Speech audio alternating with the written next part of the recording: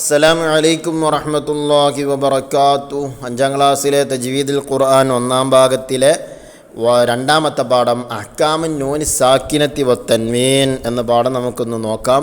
ചെറിയ സാക്കിനായ നൂനിൻ്റെയും തൻവീൻ്റെയും നിയമങ്ങൾ 3ാം ക്ലാസ് മുതൽ പഠിച്ചു വരുന്നതാണ്. ഒരു ഓർമ്മപ്പെടുത്തൽ എന്ന രീതിയിലാണ് ഈ പാഠത്തിലൂടെ നമുക്ക് നൽകുന്നത്. അൽ ഇദ്ഹാർ, സാക്കിനായ നൂനിൻ്റെയും തൻവീൻ്റെയും വിധികളിൽ ഒന്നാമത്താണ് ഇദ്ഹാർ. ഇദ്ഹാറിന് 6 അക്ഷരങ്ങളുണ്ട്: ഹംസ്, ഹാ, ഐന്, ഹാ, ഗൈന്, ഖാ. അപ്പോൾ ഈ അക്ഷരങ്ങൾക്ക് മുമ്പ് സാക്കിനായ നൂനോ തൻവീനോ വന്നാൽ സാക്കിനായ നൂനിൻ്റെയോ തൻവീനിനോ ശേഷം ഹംസ്, ഹാ, ഐന്, ഹാ, ഗൈന്, ഖാ ഈ അക്ഷരങ്ങളിൽ ഏതെങ്കിലും ഒന്ന് വന്നാൽ സാക്കിനായ നൂനിനെ എന്ത് ചെയ്യണം? വെളിവാക്കി ഉച്ചരിക്കണം.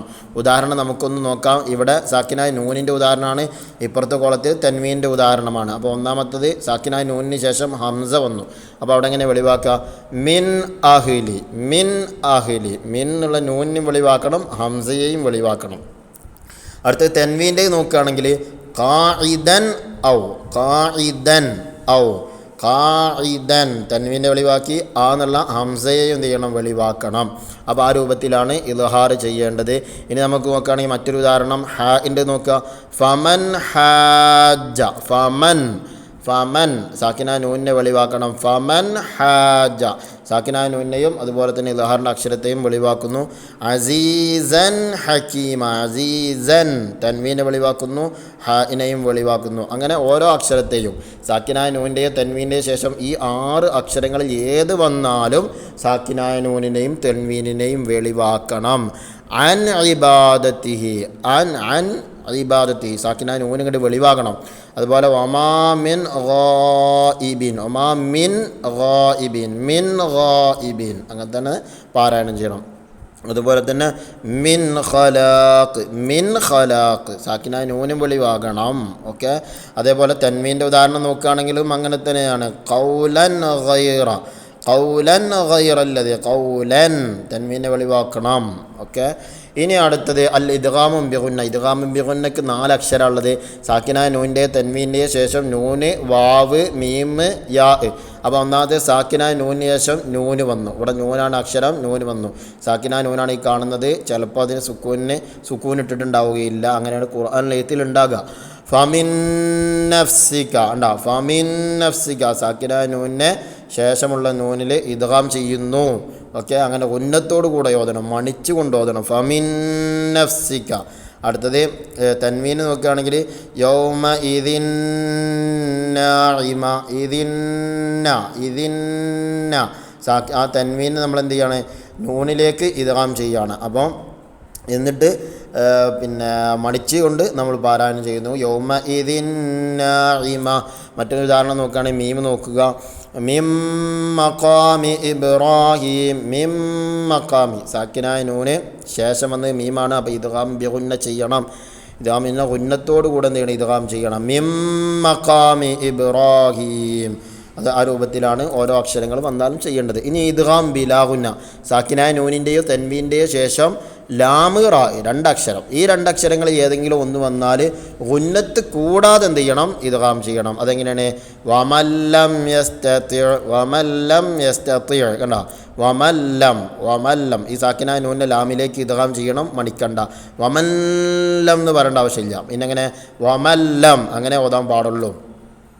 അഖിലല്ലമ്മ, അഖിലല്ലമ്മ തൻവീൻ്റെ ലാമിലേക്ക് ഇദ്ഗാം ചെയ്യുന്നു, ഉന്നത്ത് കൂടാതെ ഇദ്ഗാം ചെയ്യുന്നു. അപ്പോൾ എങ്ങനെ ഓതും? അഖിലല്ലമ്മ, അഖിലല്ലമ്മ എന്ന് പറയരുത്, മണിക്കാൻ പാടില്ല. അഖിലല്ലമ്മ. അടുത്ത റാഇൻ്റെ ഉദാഹരണം അൽ ഹഖ്ഖു മിർ റബ്ബിക, അൽ ഹഖ്ഖു മിർ റബ്ബിക. അവിടെ മിർ റബ്ബിക, മിൻ റബ്ബിക എന്ന് ഓതുക. മിർ റബ്ബിക ഉന്നത്ത് ഉണ്ടാകാൻ പാടില്ല.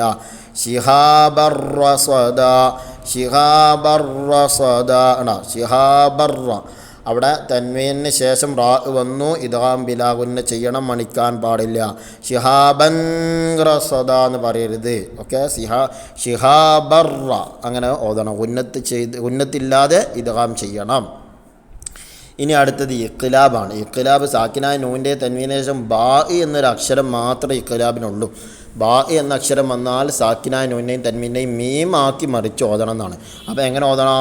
മിം ബഅദി, സാക്കിനായ നൂനെ മീമാക്കി മറിക്കുകയാണ്. മിം ബഅദി ഫഇമ്മാ മന്നം ബഅദു തൻവീനാണ് മന്നൻ അവിടെ തൻവീനുണ്ട് മന്നം ബഅദു ഇവിടെയൊക്കെ ചെറിയൊരു മീമ് കാണാം അതാണ് ഇഖ്ലാബിൻ്റെ അടയാളമായിട്ട് കാണുന്നതാണ് ഇഖ്ലാബിലടുത്ത് ഈ രൂപത്തിലുള്ള ചെറിയൊരു മീമ് മുകളിൽ കിടക്കുന്നതായിട്ട് നമുക്ക് കാണാം ഇനി അടുത്തത് ഇഖ്ഫ ആണ് പറയാനുള്ളത് ഇഖ്ഫാന് 15 അക്ഷരങ്ങളുണ്ട് ഇഖ്ഫ ആണ് നമുക്ക് പറയാനുള്ളത് ഇഖ്ഫാന് 15 അക്ഷരങ്ങളുണ്ട് സാക്കിനായ നൂനിൻ്റെയോ തൻവീൻ്റെയോ ശേഷം താ ജീമ് ദാല് ദാല് പിന്നെ സായ് സീന് ഷീന് സ്വാദ് ലോദ് ത്വാ ലോ ഫാ കാഫ് കാഫ് ഈ അക്ഷരങ്ങളിൽ ഏതെങ്കിലും ഒന്ന് വന്നാൽ എന്ത് ചെയ്യണം സാക്കിനായ നൂനിൻ്റെയും തൻവീൻ്റെയും മറച്ചു മണിക്കണം അപ്പോൾ എങ്ങനെ ഓതും വമൻ താബ മഅക വമൻ താബ വമൻ താ വമാ കഴിഞ്ഞാൽ പിന്നെ നമ്മൾ താ പറയണത് മണിച്ചിട്ട് എന്ത് ചെയ്യണം മറച്ചിട്ട് എന്ത് ചെയ്യണം ഈ നൂനെ തായിലേക്കാണ് മറക്കണം ഒമൻ താബ ആ രൂപത്തിൽ ജന്നാതുൻ തജ്രി തുൻ തജ്രി ഓക്കെ ആ രൂപത്തിലാണ് ഓതേണ്ടത് ഇനി ജീമിൻ്റെ ഉദാഹരണം നോക്കാം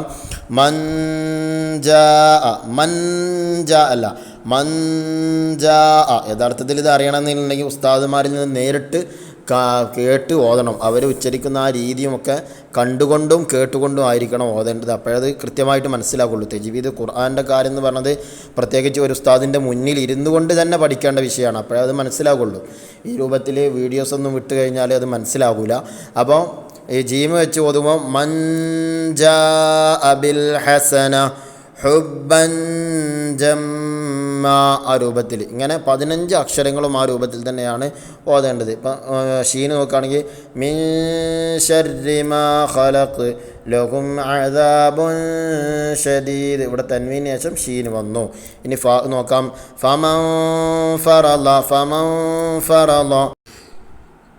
കാതിബൻ ഫരിഹാൻ തൻവീന് ശേഷം ഫാ വന്നു ഇൻഷാല്ലാ രൂപത്തിലാണ് ഓതേണ്ടത് ഇനി അടുത്തത് തദ്രീബാത്തിലേക്ക് കടക്കുകയാണ് നഖ്റഉൽ ആയാത്തിൽ ആതിയത വനക്തശുബു മിന്ന അഹ്വാൽ നൂൻ സാക്കിനതി വതൻവീൻ കുറച്ച് ആയത്തുകൾ ഇവിടെ കൊടുത്തിട്ടുണ്ട് അതിലുള്ള സാക്കിനായ നൂനിൻ്റെയും തൻവീൻ്റെയും വിധികളെ കണ്ടെത്താനാണ് അപ്പോൾ യാ അയ്യുഹല്ലദീന ആമനു ഖുദൂ ഹിദ്റകും ഫൻഫിറു സാക്കിനായ നൂനിന് ശേഷം ഫാ വന്നു ഫാ ഇഖ്ഫ ആണ് ഇവിടുത്തെ നിയമം അടുത്ത് സുബാത്തിൻ സുബാത്തിൻ തൻവീന് ശേഷം ഹംസ വന്നു ഹംസ ഇൽഹാറിൻ്റെ അക്ഷരമാണ് അപ്പോൾ അവിടെ ഇൽഹാർ ചെയ്യണം അവിംഫിറു അവിടെയും ഇഖ്ഫാ തന്നെയാണ് ഇനി വ ഇന്ന മിൻകും സാക്കിനായ നൂനിന് ശേഷം കാഫ് വന്നു ഇഖ്ഫാ ചെയ്യണം മിൻകും ലമല്ലം യുബത്തി അന്ന സാക്കിനായ നൂനിന് ശേഷം ലാമ് വന്നാൽ ഇദ്ഗാമും ബിലാഗുന്ന ചെയ്യണം ലമല്ല യുബത്തി അന്ന അങ്ങനെയാണ് പാരായണം ചെയ്യേണ്ടത് ഫഇൻ അസ്വാബത്തുക്കും ഫഇൻ കണ്ടാ സാക്കിനായ നൂനിന് ശേഷം ഹംസ വന്നു ഇദ്ഹാർ ചെയ്യണം ഇങ്ങനെ ഓരോ ഉദാഹരണങ്ങൾ നോക്കുക സാക്കിനായ നൂനിന് ശേഷം ഏത് അക്ഷരമാണോ വരുന്നത് ആ അക്ഷരം ഏത് നിയമത്തിൽപ്പെട്ടതാണെന്ന് വെച്ചാൽ ആ നിയമം അനുസരിച്ചായിരിക്കണം ഖുർആൻ പാരായണം ചെയ്യേണ്ടത് ഇനി ഇവിടെ ഉദാഹരണം നക്തുബിൽ മിസാൽ ഓരോന്നിനും ഉദാഹരണം എഴുതാനാണ് ഇൽഹാർ നൂനി സാക്കിനായ നൂനിന് ഇൽഹാർ ചെയ്യുന്നതിന് ഉദാഹരണം എഴുതണം ഫഇൻ അസ്വാബത്തുക്കും ഫഇൻ സാക്കിനായ നൂനിന് ശേഷം തീർന്നു ഹംസ വന്നു അത് ഇൽഹാറു തൻവീനാണ് സുബാത്തിൻ അവിൻഫിറു സുബാത്തിൻ തൻവീന് ശേഷം ഹംസ വന്നു അർത്ഥം ഇദ്ഗാമുൻ നൂനി സാക്കിനത്തി ബിഗുന്ന ഇദ്ഗാമുൻ നൂനി സാക്കിനായ നൂനിലുള്ള ഒരു ഉദാഹരണം ഇതാ ഇദ്ഗാം ബിഗുന്നയാണ് വമൻ യുഖാത്തിൽ എന്നാണ് ഇവിടെ ഉള്ളത് കേട്ടോ ഒമൻ യുഖാത്തിൽ അലിഫട വിട്ടുപോയിട്ടുണ്ട് ഒമൻ യുഖാത്തിൽ ഇങ്ങനെ ഈ രൂപത്തിൽ ഓരോന്നിനും ഉദാഹരണങ്ങൾ എഴുതാനാണ് അവിടെ കൊടുത്തിട്ടുള്ളത്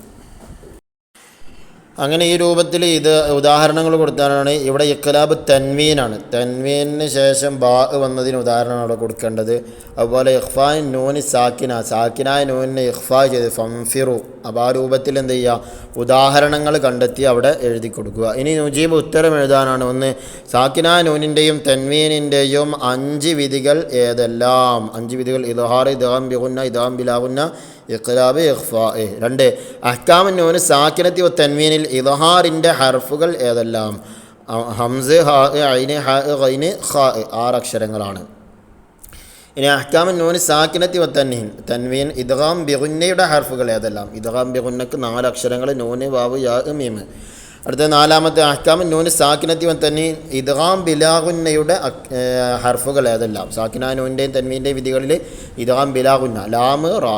പിന്നെ ചോദിച്ചിട്ടുള്ളത് ഇഖ്ഫാഇൻ്റെ അക്ഷരങ്ങളാണ് 15 അക്ഷരങ്ങൾ. താ ജീമ് ദാല് ദാല് സീന് ഷീന് സ്വാദ് ലോദ് തോ ലോ ഫ ഖാഫ് കാഫ് സായ് ഇങ്ങനെയുള്ള 15 അക്ഷരങ്ങൾ.